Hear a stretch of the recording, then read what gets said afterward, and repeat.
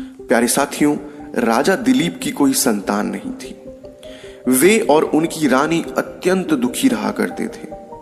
अब एक दिन की बात है, राजा ने विचार किया कि इस विषय में कुल गुरु वशिष्ठ से विचार विमर्श किया जाए।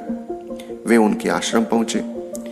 वशिष्ठ ने उनकी समस्याओं को सुनने के पश्चात उन्हें एक गाय दी और कहा, बछिया के साथ इसकी सेवा करने से तुम्हारी इच्छा पूरी हो जाएगी। दिलीप ने यही किया। वे सुबह से शाम तक गाय और बछिया की सेवा में लगे रहते। उन दोनों के पीछे वन जाते, उन्हें कोमल घास खिलाते, उन्हें नहलाते और बीमार होने पर उनका उपचार करते। अब एक दिन हुआ क्या, जब वे दोनों को चराने हेतु वन में ले गए तो एक शेर से सामना हो गया। अब शेर ने मानवीय वाणी में कहा, जो जीव यहां आता है मैं उससे अपना पेट भरता हूं। आज मैं इस गाय का भक्षण करूंगा। तब राजा दिलीप ने गाय के स्थान पर स्वयं को शेर का आहार बनने के लिए प्रस्तुत किया। शेर बोला, राजन, आप प्रजा के प्राणी हैं, आप क्यों एक गाय के लिए मृत्यु को प्रस्तुत हो रहे हैं? आप चाहें तो अपने गुरु को ऐसी लाखों गायें दान में दे सकते हैं, मगर गुरु आज्ञा पालक दिलीप अपने फैसले पर अटल रहे। अंत में शेर उनके भक्षण हेतु तैयार हो गया और दिलीप नेत्र बंद कर भूमि पर लेट गए।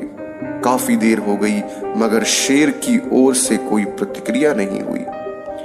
अतः दिलीप ने जब अपने नेत्रों को खोला तो देखा कि वहां शेर के स्थान पर कामधेनु गाय खड़ी है।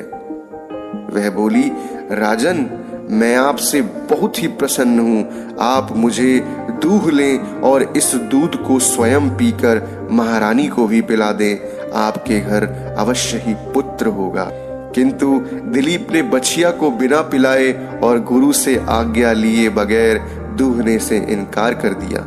शाम को वशिष्ठ ने यज्ञ हेतु दूध निकालकर राजा व महारानी को दिया।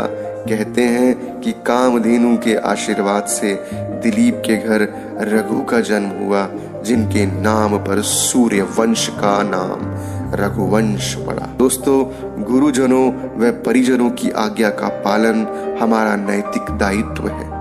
ऐसा करने से हम अपने जीवन को उचित ढंग से संवारने का अवसर पाते हैं।